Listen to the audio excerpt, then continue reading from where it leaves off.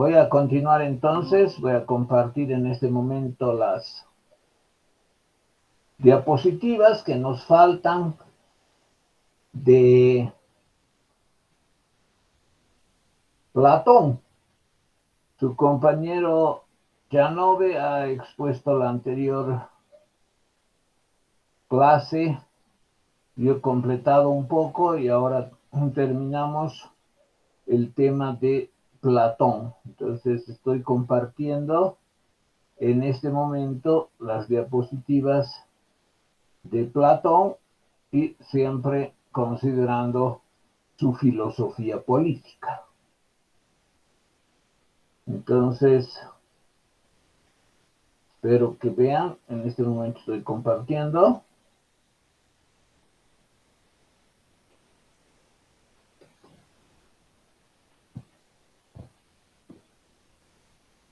Bien, aquí continuamos entonces.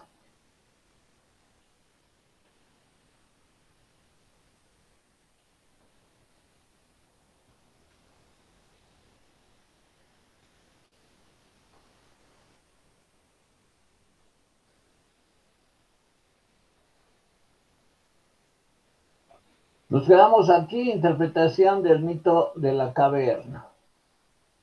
Si ustedes buscan imágenes en internet van a encontrar varias imágenes del mito de la caverna de Platón expuesto en el libro La República. Como es usual en los diálogos platónicos, el interlocutor más importante es Sócrates, que dialoga generalmente con sofistas, pero también puede hacerlo con otras personas, y les muestra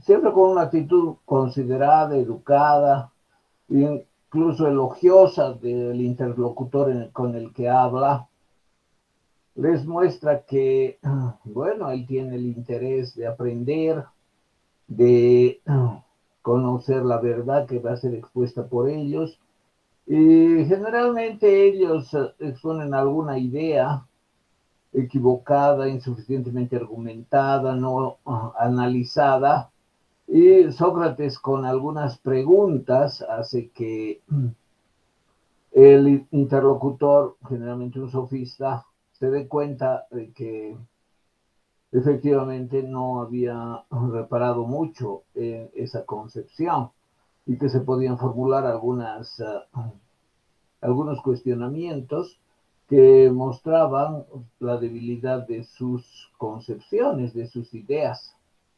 Ese es el método mayéutico de Sócrates, que consiste en, como él mismo dice, el método de su madre, una partera. Y haciendo preguntas, el interlocutor se da cuenta de que sus puntos de vista, sus opiniones, que al principio las sostenía con extraordinaria seguridad, resulta que no son tales. Resulta que no soportan algunas preguntas y algunos cuestionamientos bien formulados que evidencian su debilidad racional, es decir, no resisten un análisis de la razón. Sin embargo, lo más importante es que no tanto se dé cuenta el interlocutor, el sofista, que en algunos casos reconocen y agradecen a Sócrates, pero también en otros mantienen sus puntos de vista y presentan nuevos argumentos, etc. En general, terminan aceptando la debilidad argumentativa de sus posiciones, pero también es posible que termine el diálogo no con la satisfacción del sofista de haber llegado a la verdad. En eso consiste el método mayéutico, el dar a luz la verdad, es decir, que con las preguntas de Sócrates, el análisis puntilloso de los argumentos que presenta el sofista sobre cualquier tema, resulta que se da cuenta de que no está bien fundamentada su posición y por lo tanto cambia de opinión. y al cambiar de opinión según las propias orientaciones socráticas, nace la verdad, por decir así. Ese es el método mayéutico. Entonces Sócrates es como un partero que ayuda a dar a luz. Y que se dé a luz la verdad significa que surge tampoco del interlocutor ni siquiera de él mismo, sino surge del diálogo entre ambos, de que ambos piensen las razones, los argumentos, etcétera, y finalmente se den cuenta que algunas posiciones no son sostenibles y otras hay que modificar, hay que cambiar. Ese es el método mayéutico socrático que él mismo señala en algunos diálogos. Bueno, de esta manera es que Sócrates coadyuva a alumbrar la verdad. Pero también hay, como hemos visto, varios mitos que transmiten verdades profundas. Es decir, Sócrates da lugar a que se ilumine la verdad, da lugar a que nazca la verdad. Y eso lo hace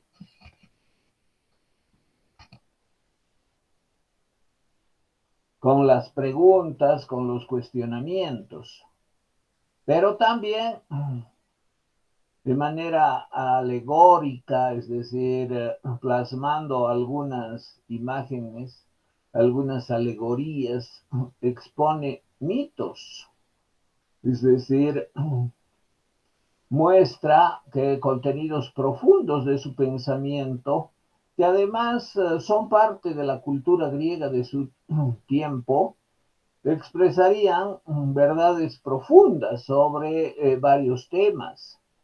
Y en el mito de la caverna, los temas que se ponen en evidencia son, por ejemplo, el conocimiento, por ejemplo, el rol del filósofo en la sociedad, por ejemplo, la constitución de las ideas en el topos uranos y otras concepciones platónicas que encuentran en este mito una manera apropiada de expresarse y con connotaciones también filosóficas que permiten descubrir el pensamiento platónico, que es evidentemente un pensamiento idealista.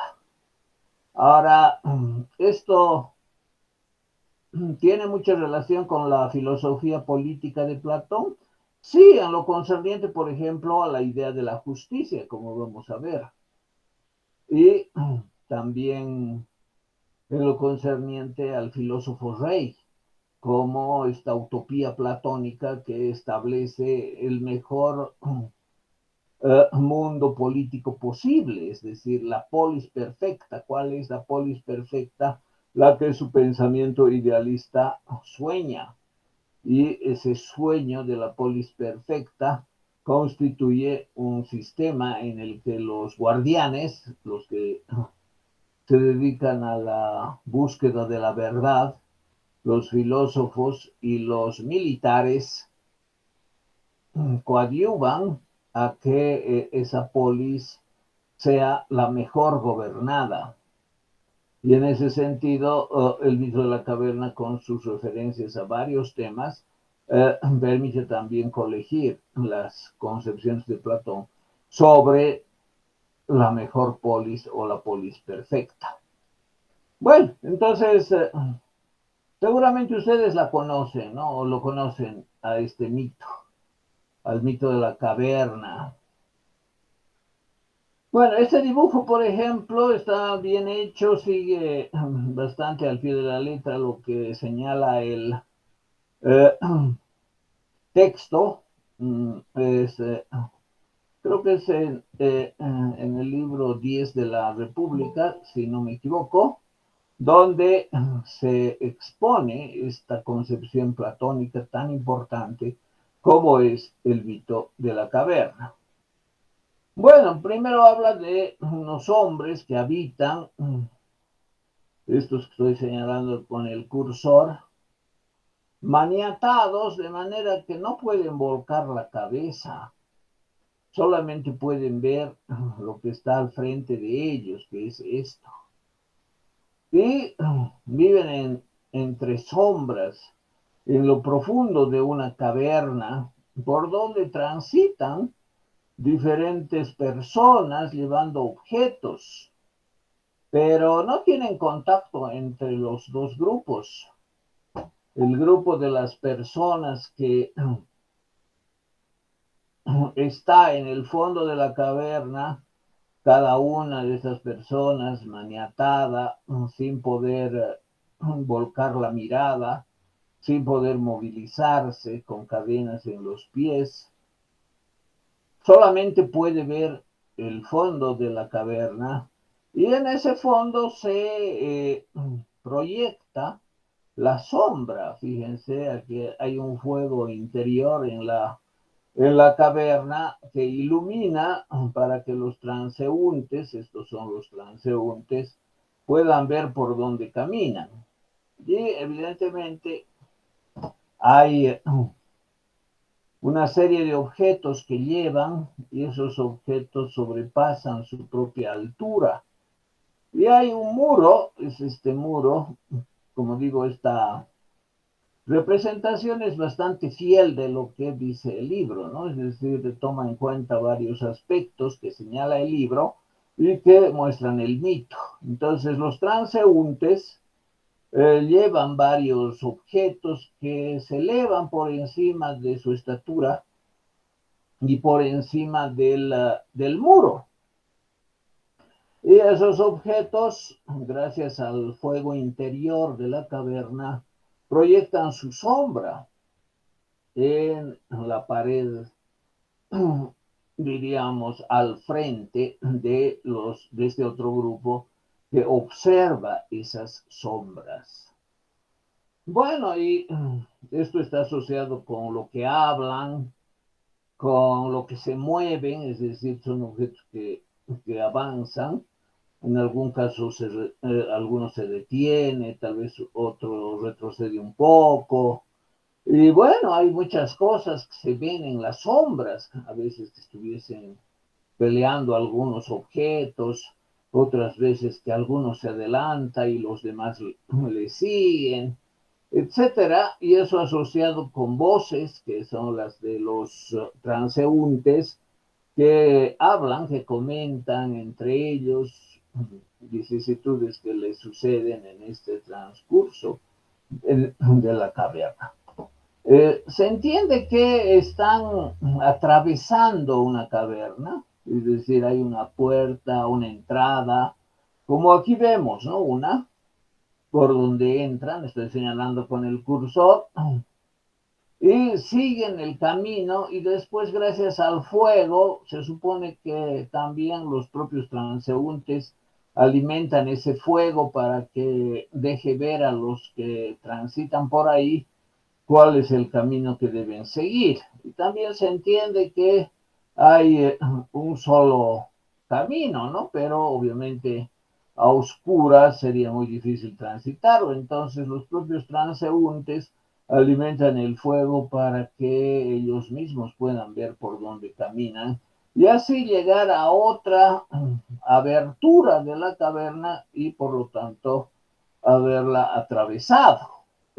Tal vez así se economizan esfuerzos, tal vez yendo por fuera de la montaña habría mucho trabajo, mucho que escalar y posiblemente este pasaje, o si quieren entenderlo como un túnel a lo largo de la montaña y por donde entran y por donde salen, les abreviaría el esfuerzo de ir por otra parte, además cargados de objetos. Entonces, esa es la situación de los transeúntes. Los transeúntes atraviesan la montaña internándose en la caverna, entrando por una cueva y, bueno, después saliendo por otra. y así, sin mucho esfuerzo, trasladan los objetos que los están llevando de un lugar a otro. Bueno, en la medida que los transeúntes caminan, hablan, y estas personas, este conjunto de personas maniatadas, aquí ven cómo están maniatadas de las manos, ¿no? Es decir, en el fondo de la caverna no pueden moverse, no pueden girar la cabeza, eso no está muy bien representado, pero bueno, no, solamente pueden ver las sombras que se proyectan de los objetos que son llevados por los transeúntes en cuanto ellos atraviesan la caverna. Entre ellos, entre los maniatados, surgen discrepancias, surgen puntos de vista diferentes y se ponen a discutir sobre, se ponen a discutir sobre qué es qué. Entonces hablan y posiblemente dicen, sí, ese es un caballo que está galopando, o ese es un halcón que está volando, pero todas son sombras y bueno, lo que dicen son solo conjeturas. Ahora, lo importante es comprender que para ellos esta es la realidad. La realidad es simplemente la caverna, su oscuridad, su fondo, la pared del frente donde se proyectan las sombras y la discusión que tienen entre ellos sobre qué es qué y qué está sucediendo. Y claro, surgen ideas bastante erradas, o ideas peregrinas, ideas equivocadas sobre qué son esas sombras. Y de hecho nadie se da cuenta que son sombras. Creen que la realidad comienza y termina en el fondo de la caverna y las sombras que se proyectan por los transeúntes que pasan. Bueno, ¿qué sucede? El mito narra cómo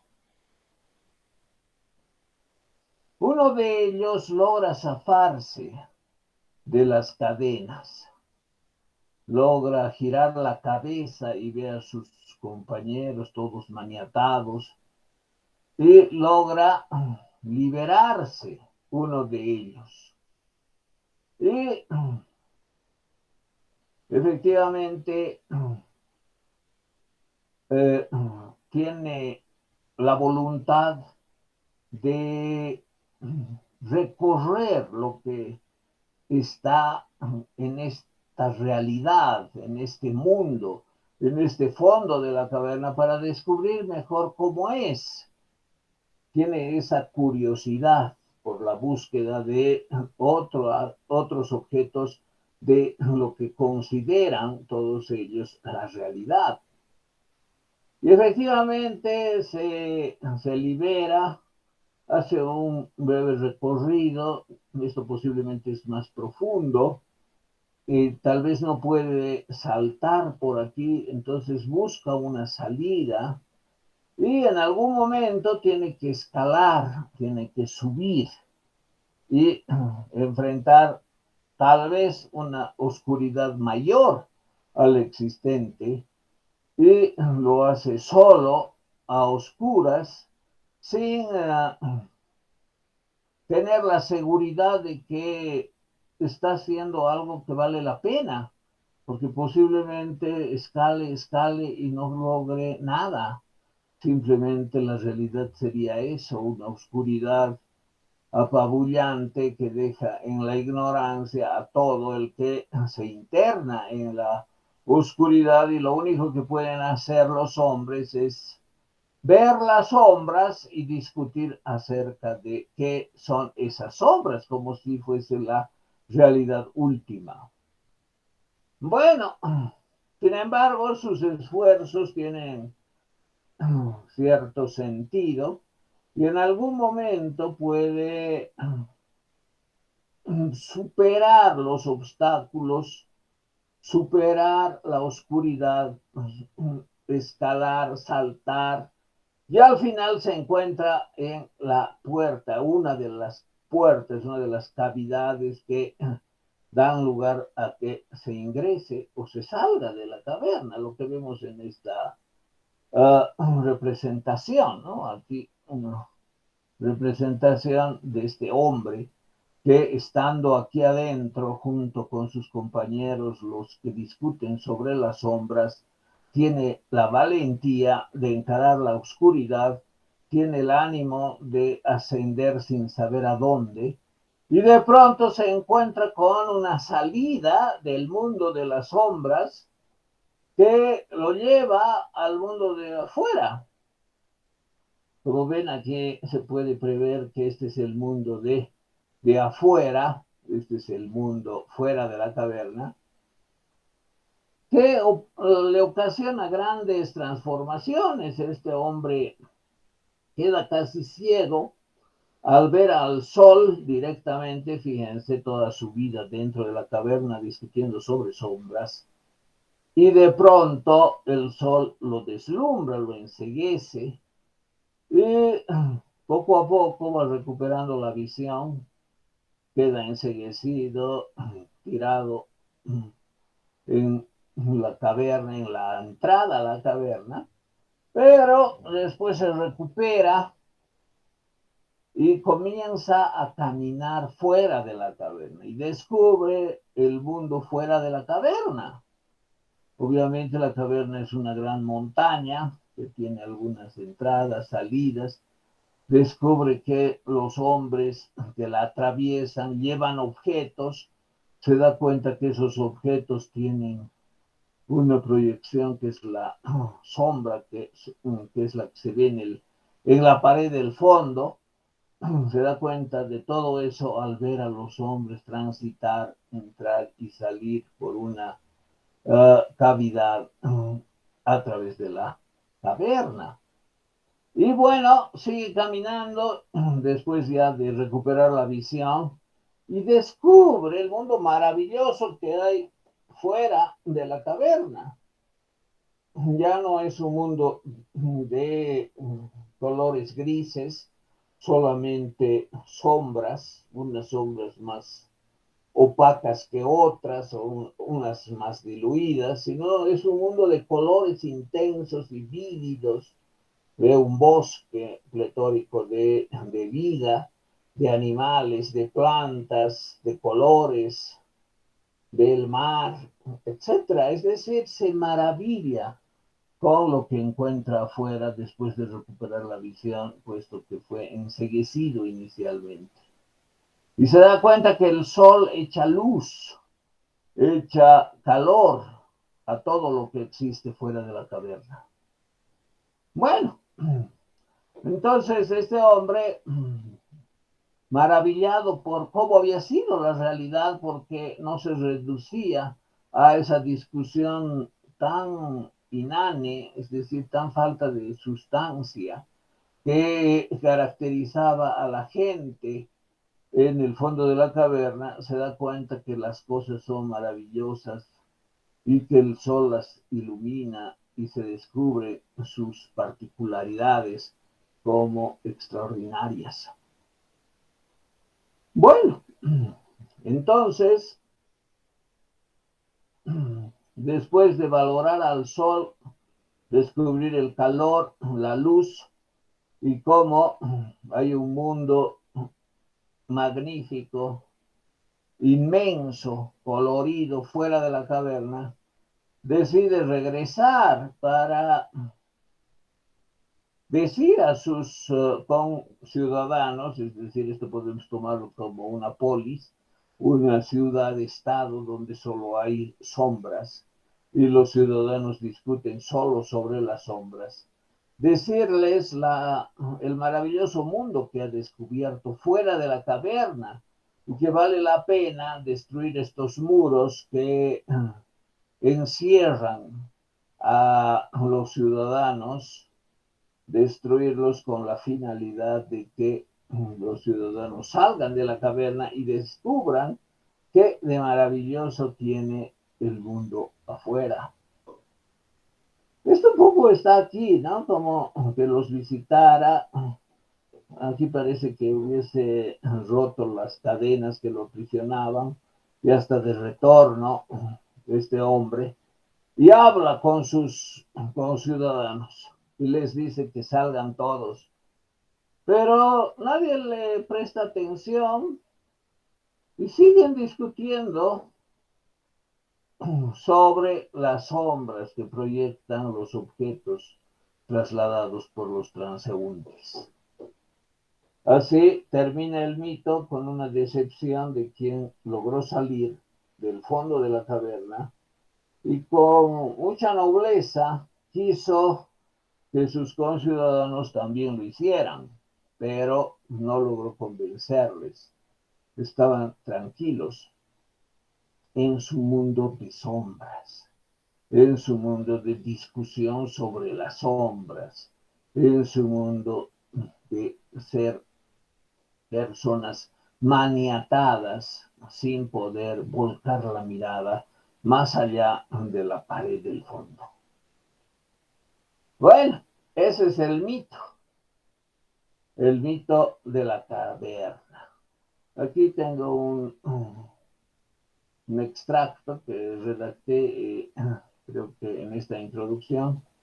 Narración de la hazaña de un hombre valiente, tiene que ser valiente, ¿no? Capaz de enfrentarse a lo desconocido. Claro, nadie le garantizaba que había un mundo afuera. Asciende por una vía dificultosa, no es que da unos pasos y está afuera. De la cotidianeidad de estos individuos apoltronados en la oscuridad. Y de la opinión siempre errada, porque no decían esta es la sombra de, pensaban que las sombras era la realidad, que todo acababa con las sombras, y eso era todo. Pero curiosamente lo que le impulsa no es una convicción racional, al contrario, se trata de un ímpetu existencial, dotándole de la energía que lo guía para ir más allá de lo conocido. Esto es lo conocido. Para llegar a un mundo ignoto, es decir, un mundo no descubierto, un mundo que él tampoco sabía que existía y que se admira al verlo. O tal vez para no alcanzar ninguna meta, perdiéndose y sucumbiendo en el intento. Claro, también puede ser eso, al liberarse, al ascender, al estar solo, al enfrentar la oscuridad, podía deambular un tiempo y al final perderse en la inmensidad oscura de una caverna infernal. Después del ascenso solitario, oscuro e incierto, después de que se produjese el deslumbramiento causado por la súbita y resplandeciente luz del sol, sale y se enceguece. Eso es natural porque acostumbrado a vivir en las sombras y en la oscuridad, la luz del sol le resulta choqueante, le golpea tanto que lo enseguece, aunque solo temporalmente.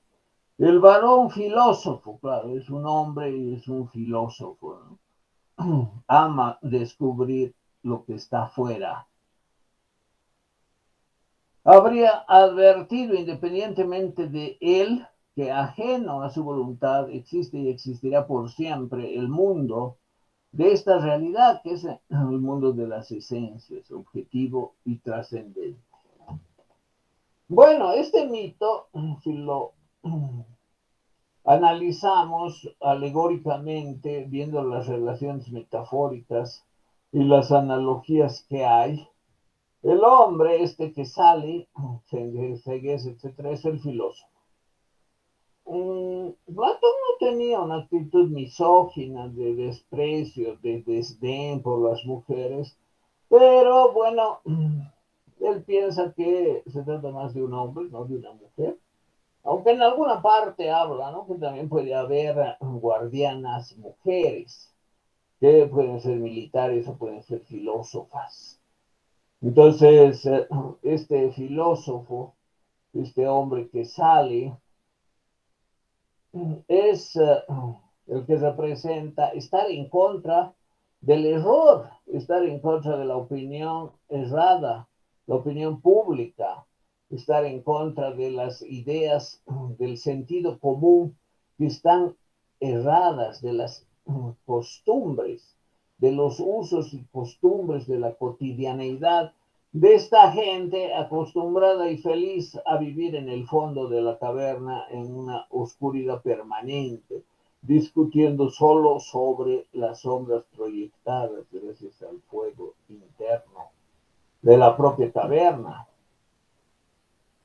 Ahora, cuando sale, el sol representa lo que Platón llama la idea de las ideas. Y las cosas que ve son la realidad coloridas, magníficas, palpables, reales.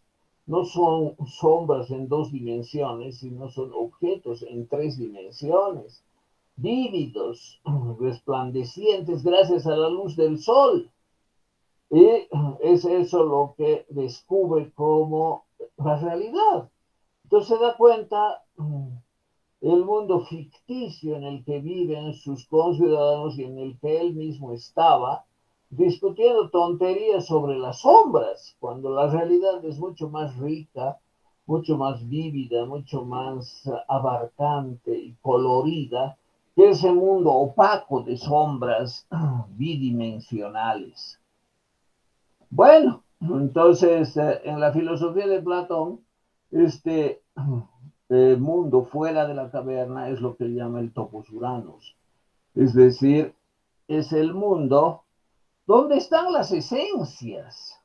Hay un mundo donde existen las esencias de todo.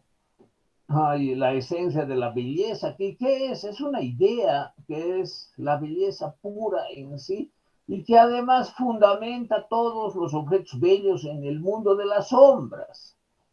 Entonces, estos dos mundos, el mundo de las sombras y el mundo fuera de la caverna, metafóricamente corresponden en analogía a la realidad que vemos cada día, que es el mundo de las sombras, y el mundo de las esencias o de las ideas, donde están las ideas puras, magníficas, resplandecientes, eternas, y que el filósofo en algún momento las ve, porque el filósofo ve esas esencias después cuando su alma encarna en un cuerpo que vive dentro del fondo de la caverna, se acuerda que había visto, por ejemplo, la idea de la belleza y por lo tanto sabe qué sombras son las sombras que proyectan una imagen de objetos bellos y estos objetos bellos como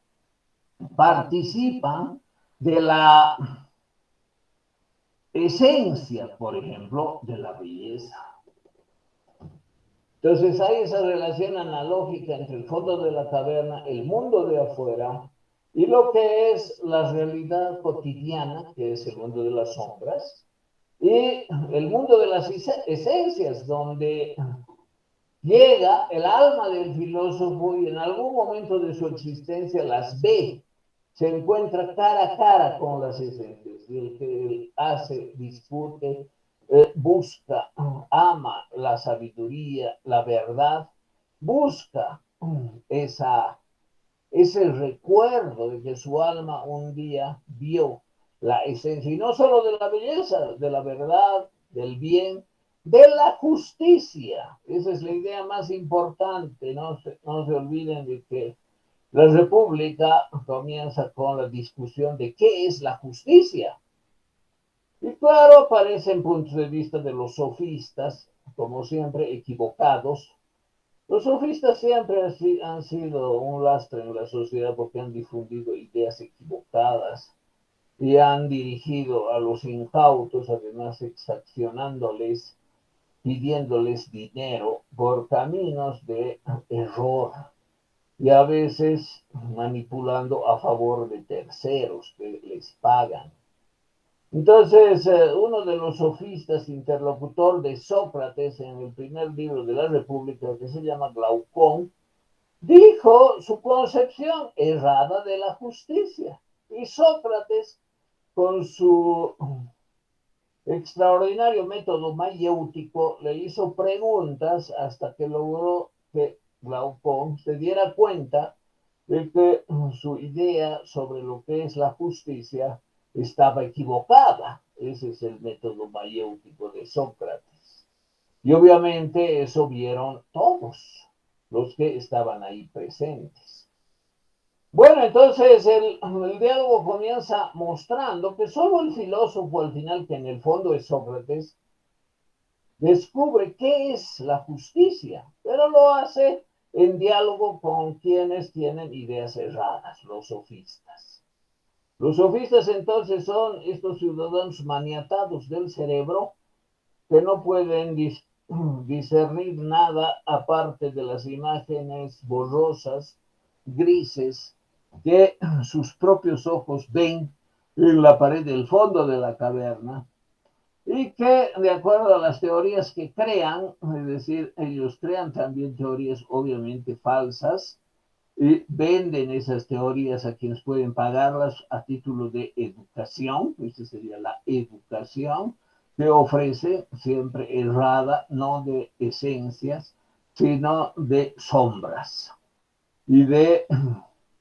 Y esas sombras son las ideologías, es decir, son las ideas que tienen acerca de las sombras mismas que las hacen pasar como la realidad, es decir, sus ideas aparecen como expresión de lo que es la realidad, pero no es así.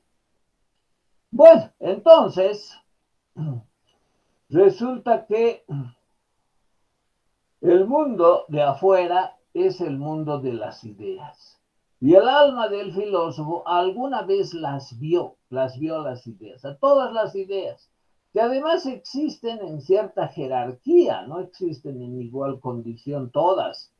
La idea más importante, el sol, es el bien. Eso es muy importante tener en cuenta, ¿no? El sol, como sabe, metafóricamente aquí señala el objeto que da luz y calor a los demás objetos para ser visibles. Es decir, si no, serían parte, aunque sean tridimensionales, de un mundo oscuro. Son parte de un mundo luminoso, iluminado, de un mundo en el que se ve las diferencias de cada esencia gracias al sol. Y aquí también radica una analogía muy importante de la filosofía de Platón, que consiste en que el bien se derrama sobre las otras ideas.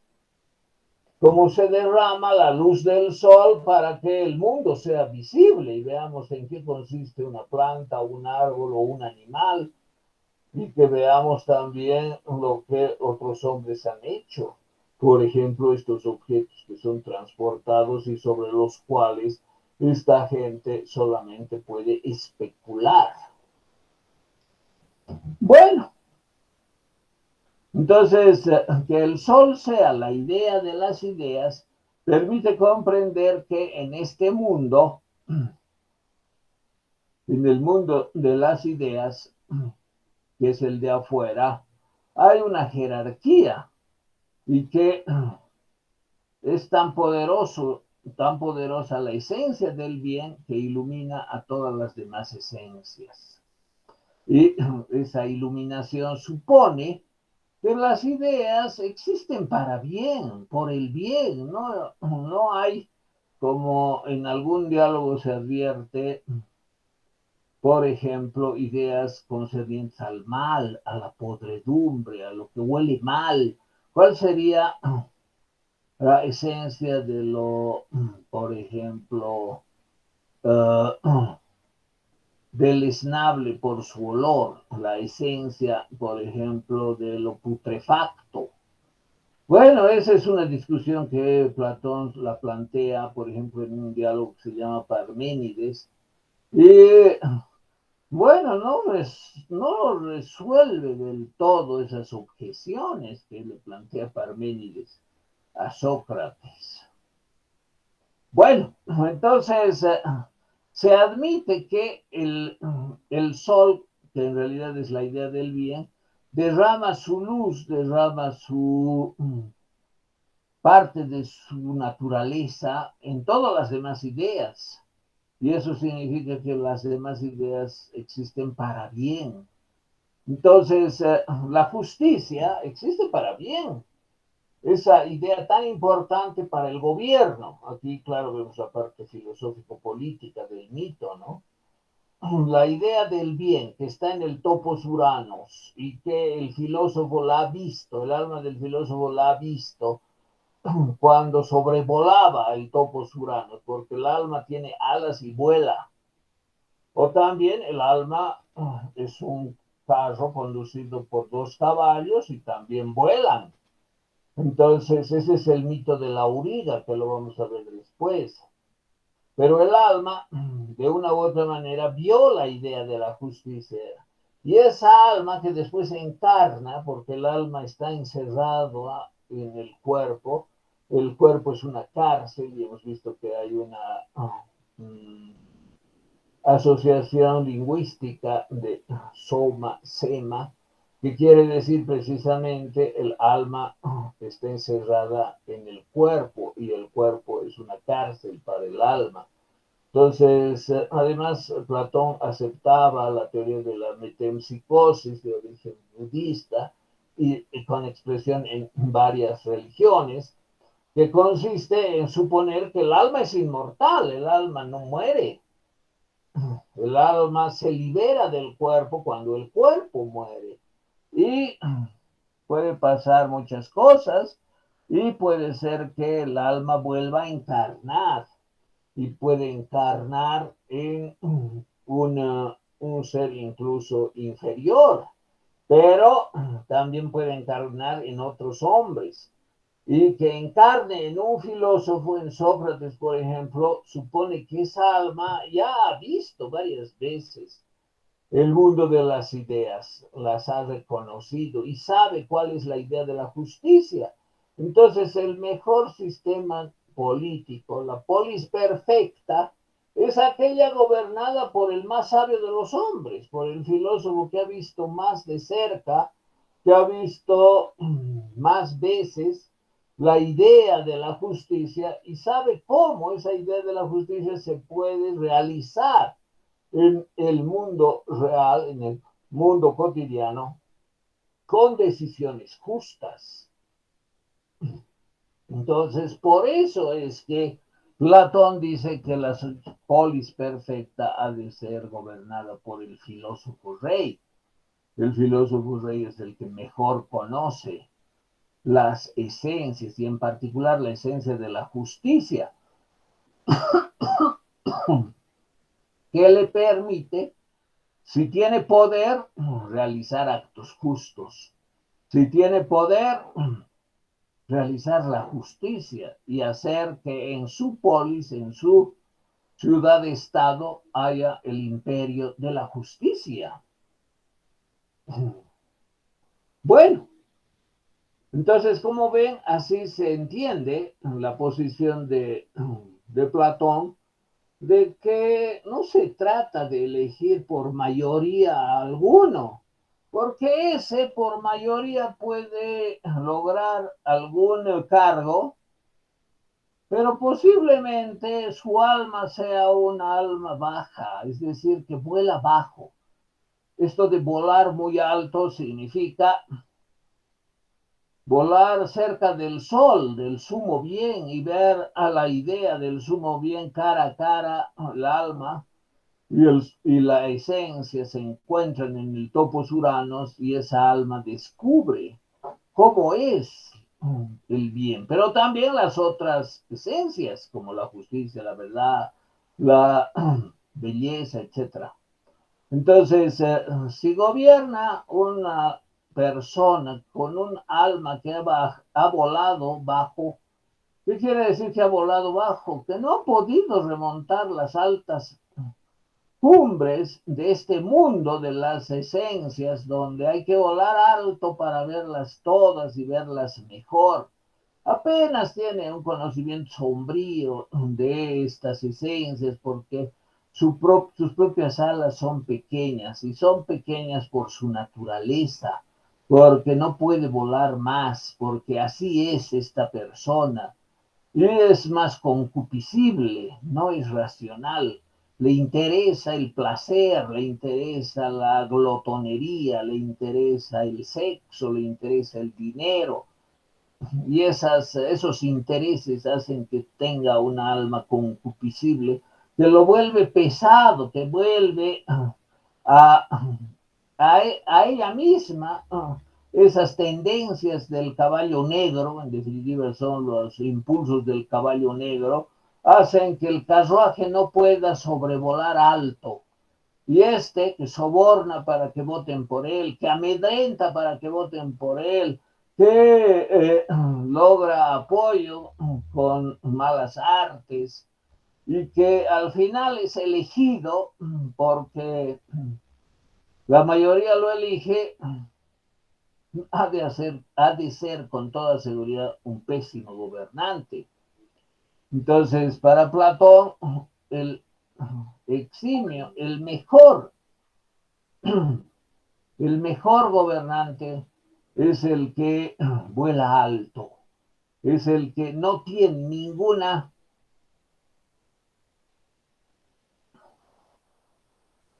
pulsión por lo animal, por lo concupiscible, por la comida, el poder, el dinero, el placer.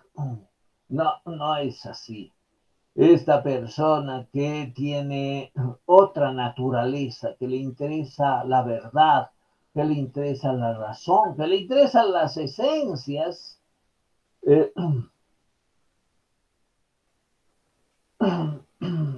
vuela alto. Y si vuela alto, ve más y ve mejor que el resto de las otras almas que vuelan en un cortejo comandado por Zeus y los 12 dioses del Olimpo, encabezado cada 10.000 años. Hay ese cortejo de almas que sobrevuelan el topos Uranos.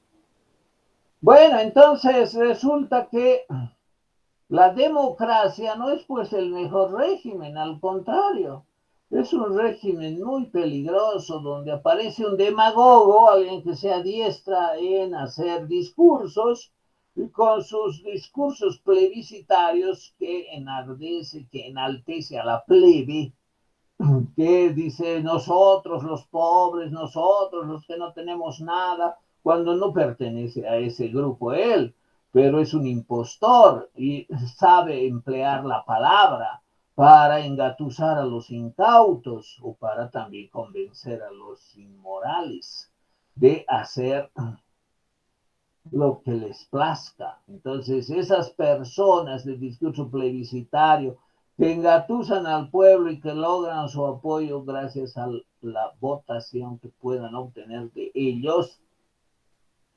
representan un régimen indeseable para Platón. ¿Cuál es el mejor régimen? El régimen político perfecto. Es el gobernado por el filósofo rey. ¿Y quién es el filósofo rey? El mejor filósofo de todos es el que debería ser rey. ¿Cómo? Bueno, todos deberíamos estar persuadidos que el más sabio de los hombres que tenemos en nuestra polis nos va a gobernar y no el avesado discurseador que inventa conceptos y manipula a la gente y la gente como tontos votan por él. Entonces, frente a la democracia es preferible la aristocracia, que no implica la elección de nada, de nadie, sino implica el gobierno de los mejores y el gobierno de del filósofo rey. También llama timocracia, que es como el gobierno de la virtud, que se refiere a que sean los más virtuosos los que gobiernen. Y claro, todo eso está relacionado con que que gobierna debería ser cuya alma voló más alto y que no tiene las pulsiones animales detestables, concupiscibles, por ejemplo, del sexo, por ejemplo, del placer y la glotonería. Entonces, esa es la concepción de Platón en lo político, en la filosofía política, relacionada con el mito de la caverna. Ahora bien, vamos a ver algunos conceptos en el tiempo que nos queda, también viendo este mito. Topos es lo que dice aquí, ¿no? El topos Uranos. En griego antiguo, topos significa lugar, sitio, espacio, terreno, emplazamiento, pero también significa argumento, fuente de argumentación. Refiere a una noción física, que puede ser un país, una localidad, una polis, como un sentido teórico, el posicionamiento desde una perspectiva al hablar sobre algo. Entonces eso significa topos. No solamente un lugar físico, sino una posición, diríamos, teórica o política. Y claro, políticamente el topos Uranos es el lugar donde algunos han volado muy alto y han visto mucho, y otros apenas como chapuceros han podido remontar un pequeño vuelo a muy baja altura por la pesantez del caballo negro. Uranos, aquí dice Uranos, refiere cielo, bóveda, celeste, morada de los dioses y aire. Entonces, el lugar donde habitan los dioses, el Olimpo, es parte del topos Uranos. Bueno, diríamos que por lo menos es un lugar intermedio que está por encima de los hombres y que está cerca al cielo, porque el cielo mismo no es, ¿no? Según la mitología griega, el Olimpo, bueno, es el hogar de los dioses, pero es una montaña real que existe y que suponían que en su parte más alta era el habitáculo de los dioses. Entonces, el topos Uranos es no solo el lugar físico, sino la posición teórica, política, que da lugar a admitir que se trata de un lugar visitado por las almas sabias, por las almas que han visto lo que contiene ese mundo.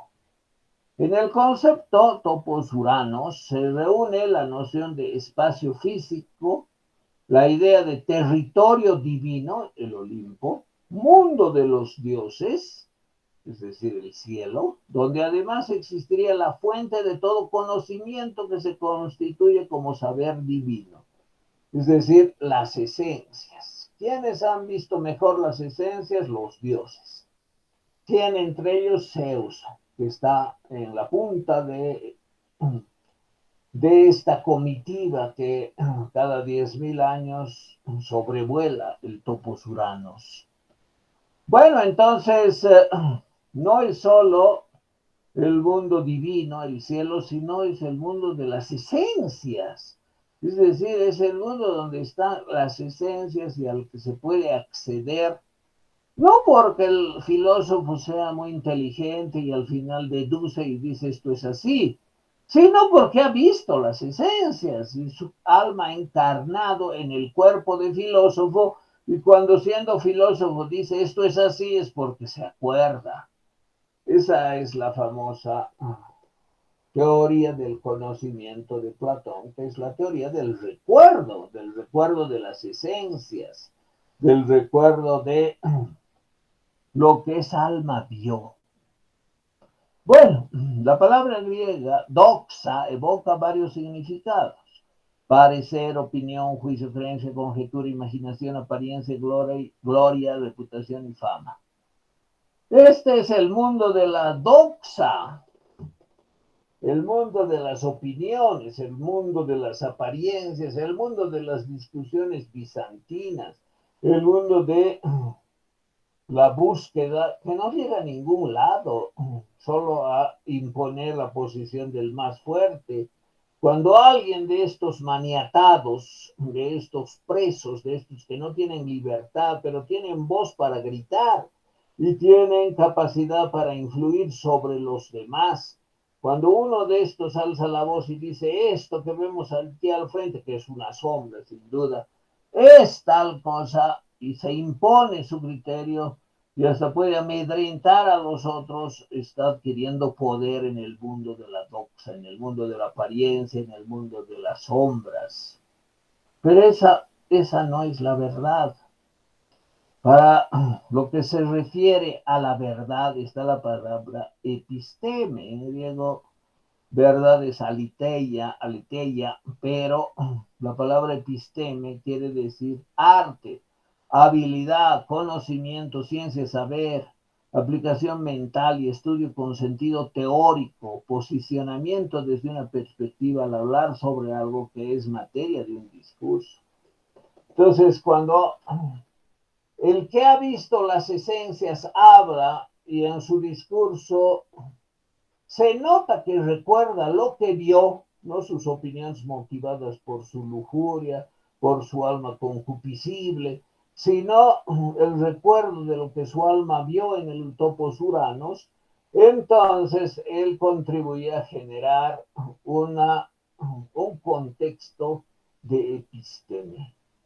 ¿Cuál es la episteme? Es ese contexto social en el que los que hablan lo hacen porque recuerdan lo que sus almas vieron, no porque quieren convencer a alguien para ganar votos, no para lograr algún beneficio personal, no para explayar su egolatría diciendo yo tengo la palabra, yo tengo la razón y lo que yo digo, que todos tienen que aceptarlo, sino para desarrollar con el diálogo con los demás, la ciencia, el conocimiento, el saber y darle un sentido teórico y una posición.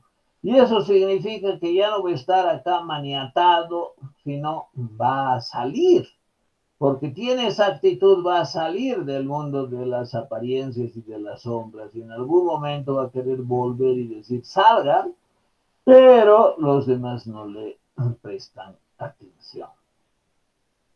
Bueno, también tenemos el concepto de metempsicosis, que ya les he explicado, es el concepto de reencarnación como algo cíclico que se daría cada 1000 años. Repite una noción recurrente de varias religiones de la India, por ejemplo el budismo. El alma es inmortal, es indestructible y estaría su fatum, es decir, su destino, sería la transmigración, es decir, una y otra vez, aunque sea cada 1000 años, encarnar. Cuando las almas caen al mundo de las sombras, es decir, a este mundo, cuando ya encarnan, que es metafóricamente nuestro mundo, este mundo que en el que estamos, en el que vivimos, en el que yo estoy transmitiendo estas ideas de Platón a través de Google Meet para que ustedes las escuchen, si es que siguen todavía conectados y atendiendo. Entonces, este mundo es la realidad donde las personas encarnan, es decir, los cuerpos son vivificados por las almas. Las almas se encarcelan en los cuerpos y quedan atrapadas las almas en la cárcel de algún cuerpo que las aprisiona, sea de un ser humano o de otro ser vivo. Esa es la metempsicosis. Los budistas creen hasta insectos, puede ser que uno encarne.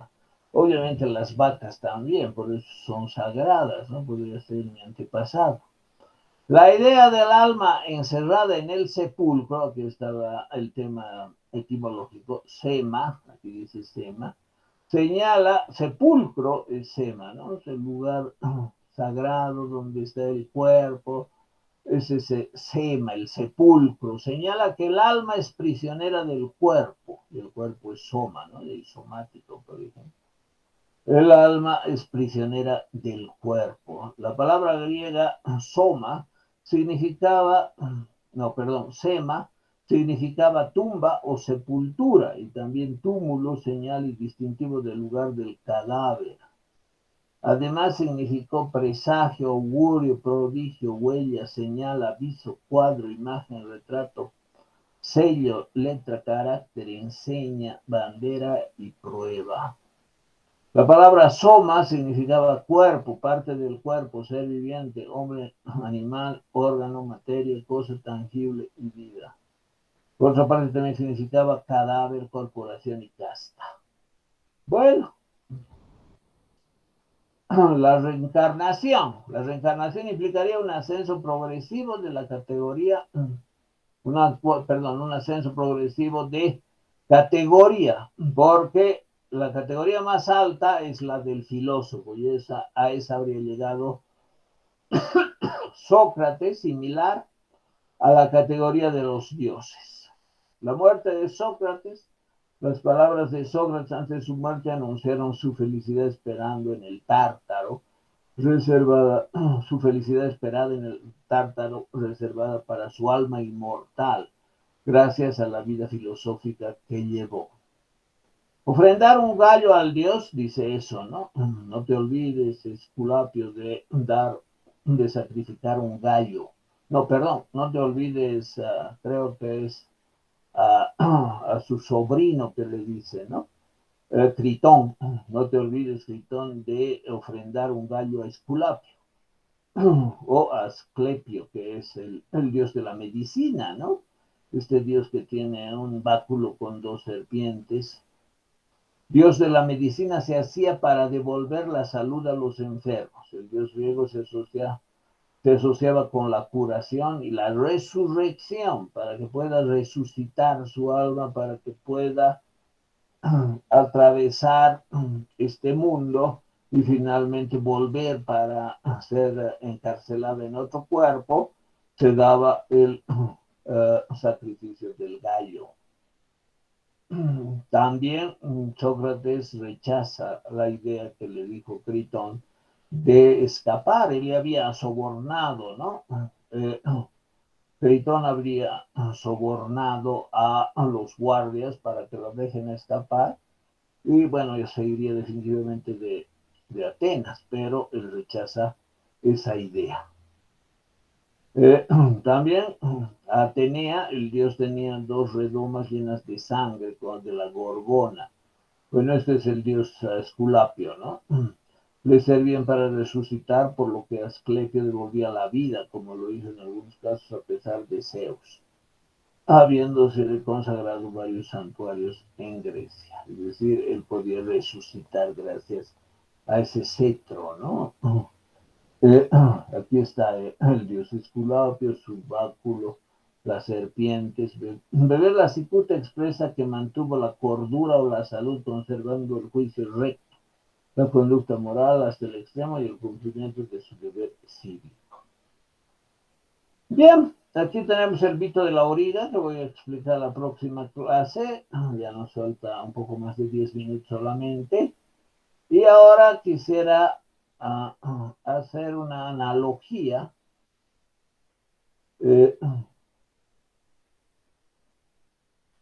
está en estas últimas diapositivas.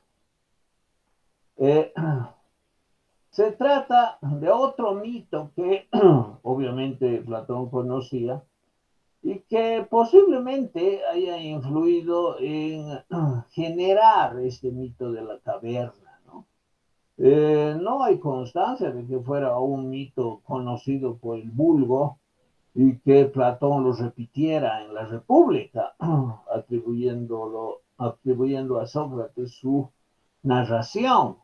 No, se trata al parecer de un mito que él creó, porque sabemos que Platón era creador de mitos también. No era solo el filósofo de la razón, sino que contenidos tan profundos como qué es conocer, ¿Cuál es el gobierno perfecto? Conocer es recordar. El gobierno perfecto es la polis del filósofo rey.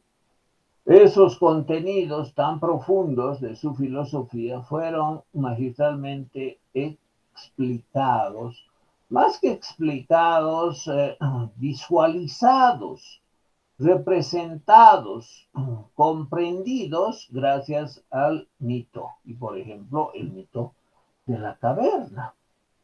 Bueno, Apolo, pudiendo seducir con su música a hombres, dioses y bestias, el poeta, cantor y músico, hijo de Calíope, se internó en lo más íntimo del submundo, llegando a sus abisales profundidades. Fue el dolor por la pérdida de la mujer amada que lo motivó a Orfeo a emplear sus cualidades artísticas e intentar con éxito obnubilar estéticamente al dios Hades o Hades, quien le permitió liberar a Eurídice con la sola condición de hasta que no salieran de su reino, llamado también Hades, Orfeo no volcara la mirada para verla. Ella lo seguiría hasta liberarse, pero lo que sucedió no cumplió la condición impuesta. Orfeo no dominó su ansiedad y cuando llegó al lugar donde había la luz del día, giró la cabeza para ver si Eurídice lo seguía. Ella estaba allí, pero por la transgresión cometida por Orfeo se desvaneció, quedando atrapada de nuevo en lo más recóndito del submundo. Frustrado y desesperado, quien debía salvarla comenzó a vagar por el desierto, tocando su música para rocas, árboles y para las cosas naturales que hallaba. Las fieras se amansaban, los ríos cambiaban de curso y Orfeo deambulaba solo, errático, habiendo renunciado a toda compañía humana. Al final, murió despedazado por mujeres tracias a quienes habría prohibido los misterios y quienes, frenéticas por sus dones, quisieron poseerlo, lo pellizcaron y lo mordieron, destrozándolo del todo. No obstante, otra versión del mito establece que su muerte se debió a la ira de Zeus porque, como Prometeo o Feo habría revelado algo divino a los hombres, en su caso los secretos mistéricos.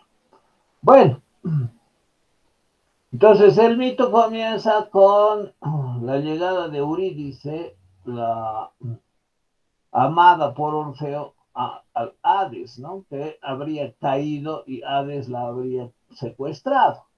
Y se habría caído a la entrada del Hades, esto representa esto, eh, y Hades la habría retenido en las profundidades del infierno. A veces Hades se entiende como si fuese el infierno, ¿no? Pero bueno, no es exactamente lo mismo. Entonces su amado Orfeo, que tenía este dominio de la música y que podía seducir a cualquiera con la música, eh, llegó hasta el Hades y al señor del infierno, que es Hades mismo, aquí está, fíjense, esto representa, tocándole le habría convencido que le deje salir a su amada Eurídice. Y él aceptó con la condición de que ninguno de los dos se volteara hasta que estén fuera. Pero Orfeo, desconfiando de que Eurídice iba a salir con él, ya él en la puerta del infierno, en la puerta del Hades, se volcó y Hades quedó, o perdón, y Eurídice quedó convertida en piedra o según otras versiones habría vuelto a las profundidades del Hades y no pudo rescatarla. Así que, loco de dolor, comenzó a tocar frenéticamente hasta que un grupo de mujeres también enloquecidas por la música, que ya era una música tóxica porque expresaba la más profunda decepción de Orfeo, bueno, terminó mordiéndole, despedazándolo. Bueno, ese es el mito. Y aquí hay cierta analogía, ¿no? ¿Cuál es la analogía? La analogía es que este mundo del Hades, de sufrimiento, donde gobierna este, en realidad es el hermano de Zeus, ¿no? A quien se le había asignado el reino del submundo, del mundo de abajo, del Hades, o también, bueno, posteriormente el infierno. Es como el mundo de las sombras, ¿no? De estos ciudadanos que discuten tontamente sobre las sombras. Mientras que el mundo de afuera, donde está Eurídice, donde está Orfeo, es el mundo del topos uranos, el mundo de las ideas. Bueno,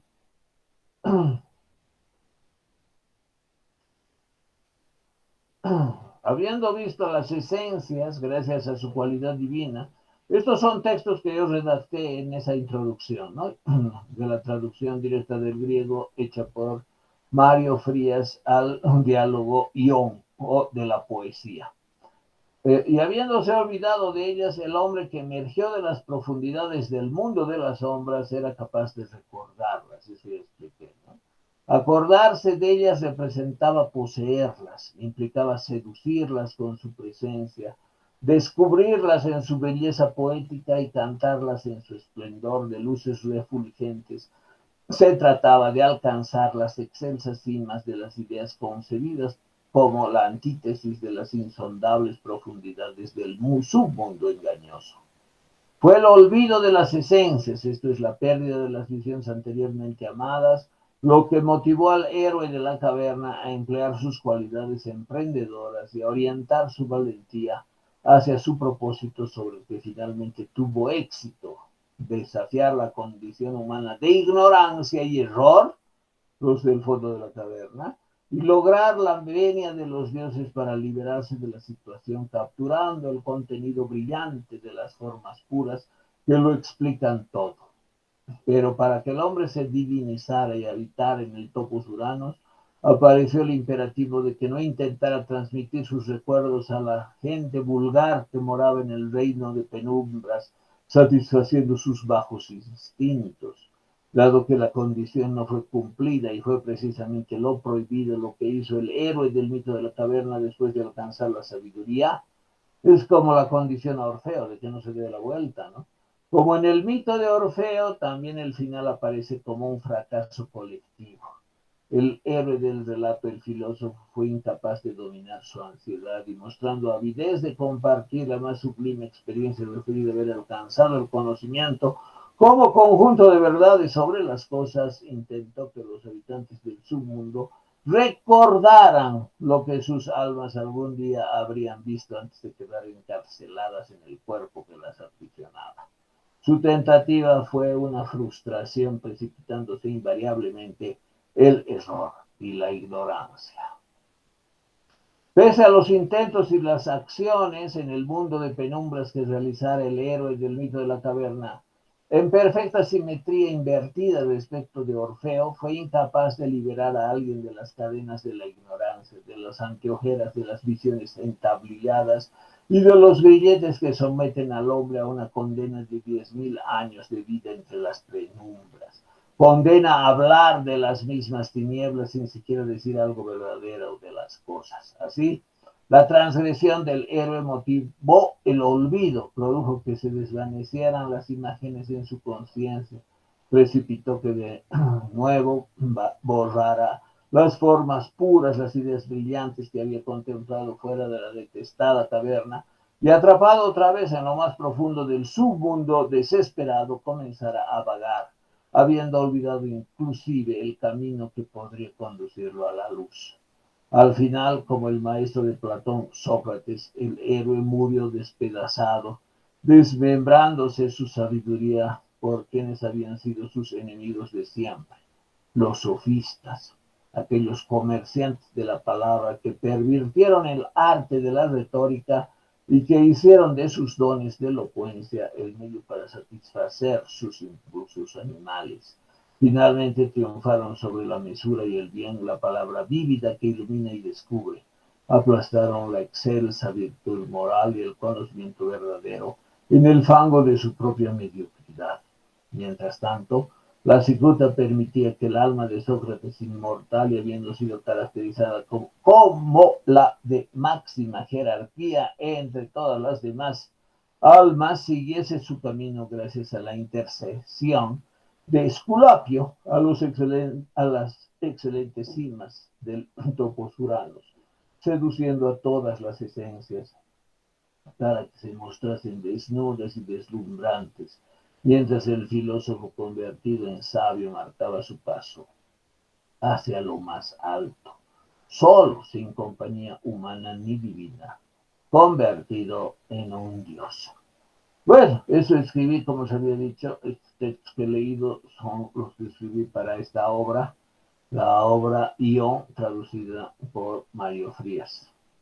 Introducción de mi parte. Bueno, nos falta solo el mito de la auriga y eso vamos a ver la próxima clase. Ya no tenemos tiempo para responder las preguntas, así que si tienen alguna, la formulan en la próxima clase cuando veamos lo último de Platón, que es el mito de la auriga, que también está relacionado con su filosofía política. Buenas tardes, gracias, hasta el día lunes.